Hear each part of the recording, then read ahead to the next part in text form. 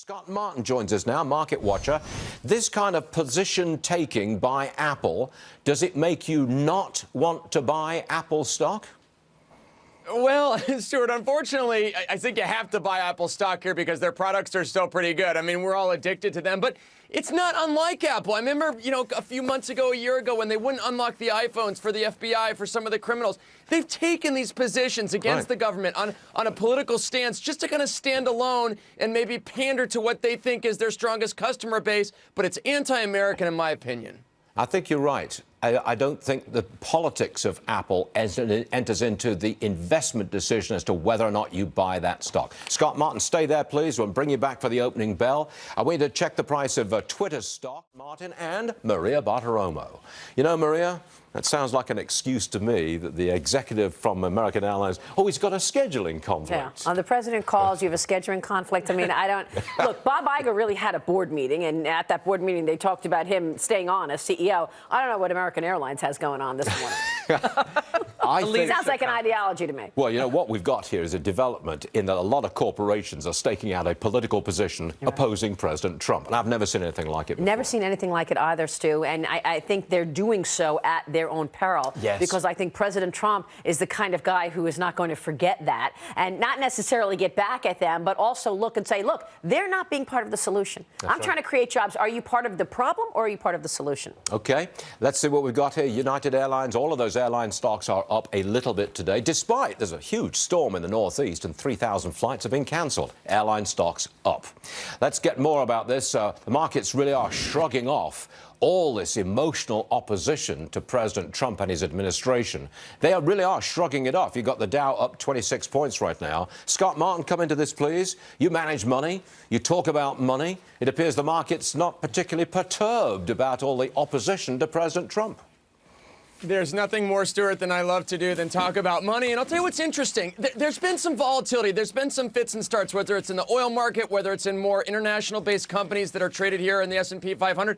But the reality is the market's looking long-term. It's looking at tax reform. It's looking at regulatory reform. So if you're an investor sitting at home and you see a pullback in a stock you like or an index that you want to buy, take that advantage, take that opportunity, because longer term under President Trump, I think stocks are going to go up. Maria, doesn't it also say that all this intense opposition is not actually going to change things? It's not going to change President things. Trump is going to get most of what he wants. I would say so. He's going to get his cabinet as well, by the way. Look, I think on the heels of what you hear one CEO say, people are just jumping on the bandwagon. And we know Silicon Valley was all in for Hillary. And so they're losing themselves. They don't like what's happening. They don't want to see President Trump in office. It's kind of funny. Crazy. Actually, it's very funny. I mean, I hate to see this in America, but nonetheless, when you see it to this degree, this emotionalism, this temper tantrum. Yeah. And what is that doing for shareholders, by the way? I mean, what are they doing with their political rants for shareholders? Well, interesting case yesterday with Nordstrom. The president goes off on Nordstrom because they've dropped Ivanka Trump's line of fashion. The stock went up 4%. Why? Because an awful lot of Trump supporters will now shop at Nordstrom. No. What am I saying? Nordstrom. No, was that right? Yeah. Somebody went up 4%. Well, Nordstrom, you would think, is going to go down if they're going to get boycotted. Yes. But it was immediately on Twitter, stock. Boycott Nordstrom. Neiman Marcus, or? There was another stock that went up because they'd opposed President Trump, and people would now say, we'll find it. Everybody will go after it.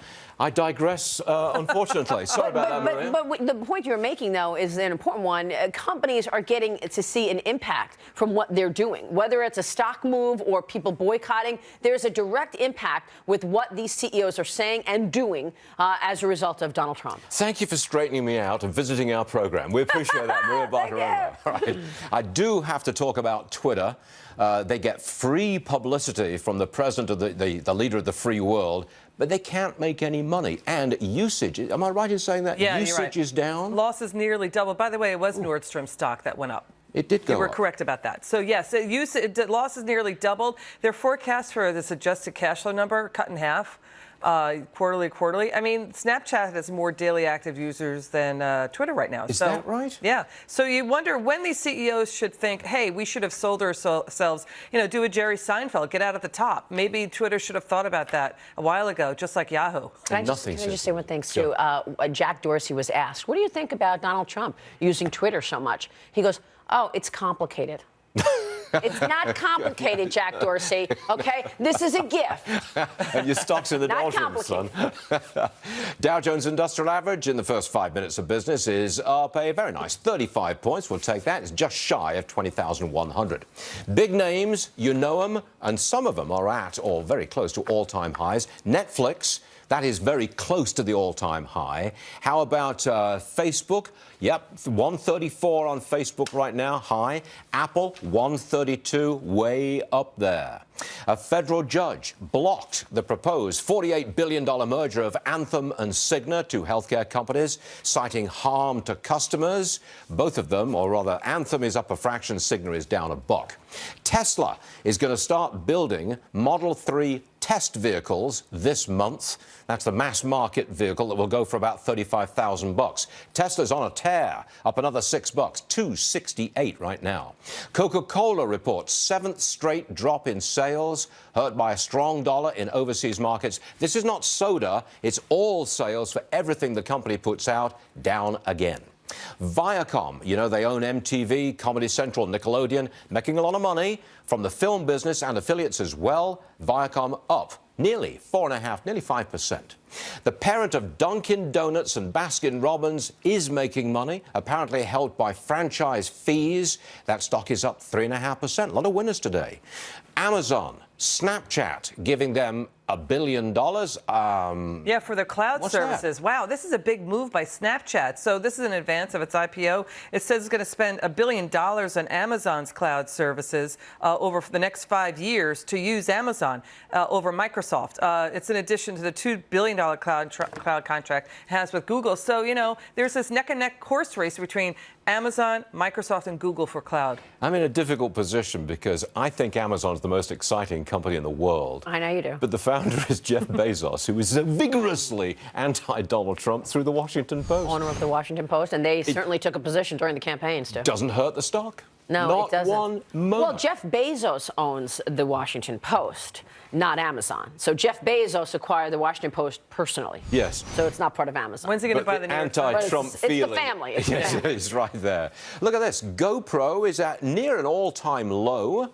Nicole, you want to tell me what's going on? GoPro it continues to be a name that has disappointed its shareholders and investors since the IPO. You see that the stock is up 0.1%. But you know what? This week, it's down almost 17%. They came out and they missed it. There's a guy using his GoPro. More people need to use them because they're just not seeing the demand. They did not bring the products out. Goldman Sachs noted for the holiday season they had delays for their drone and also for their new camera. It's been a total miss since the IPO, down 75% since the IPO in 2014.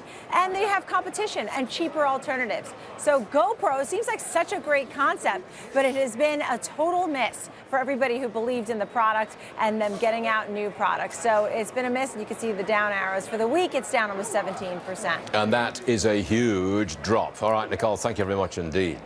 Best Buy has Oculus Rift virtual reality displays.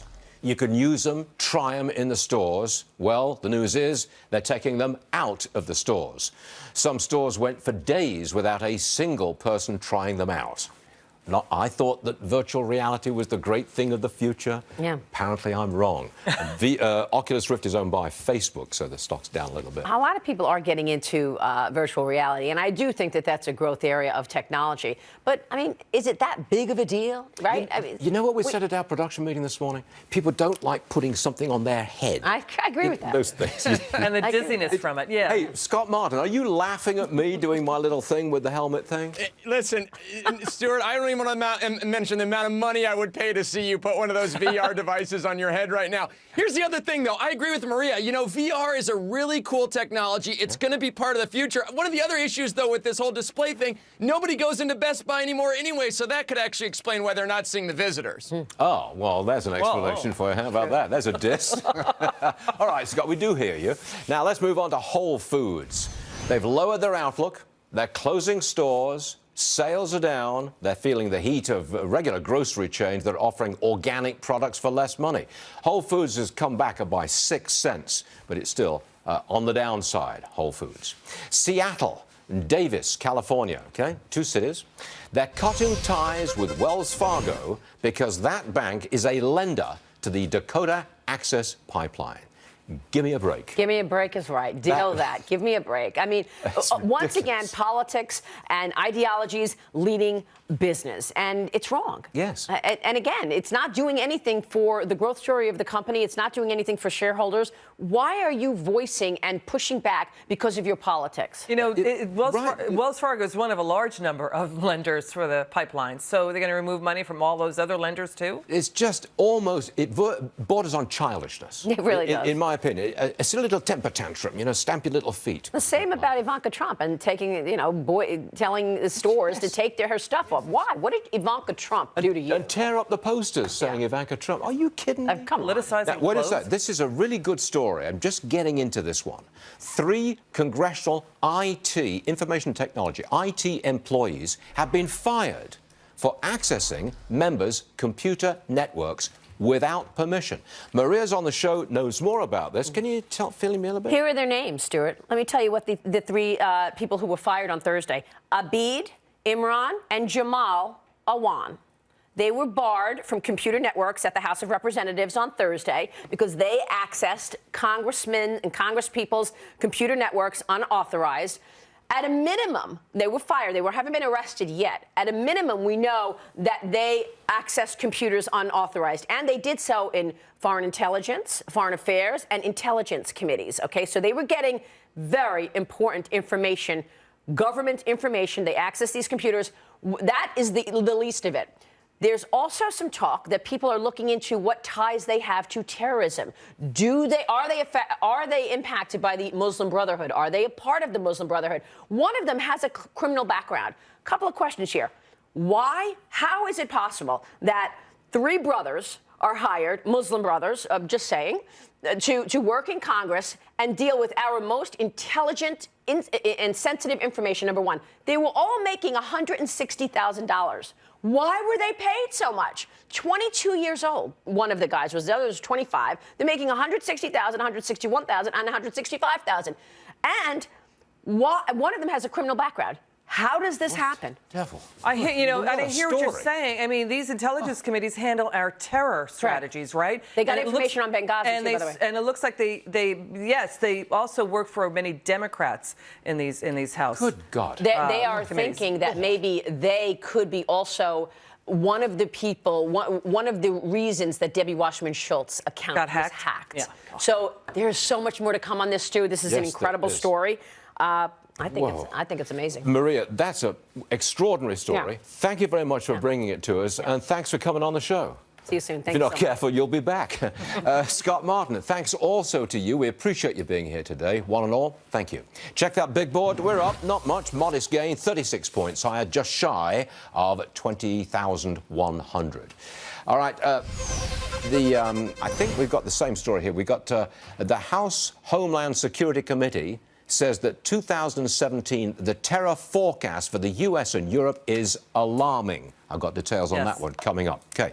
The corporate opposition against President Trump mounting, clearly. Tim Cook tells Apple employees, stand up to the president. Retailers dropping and distancing themselves from Ivanka Trump's clothing line. We're on it. We're all over it, actually. More Varney in a moment.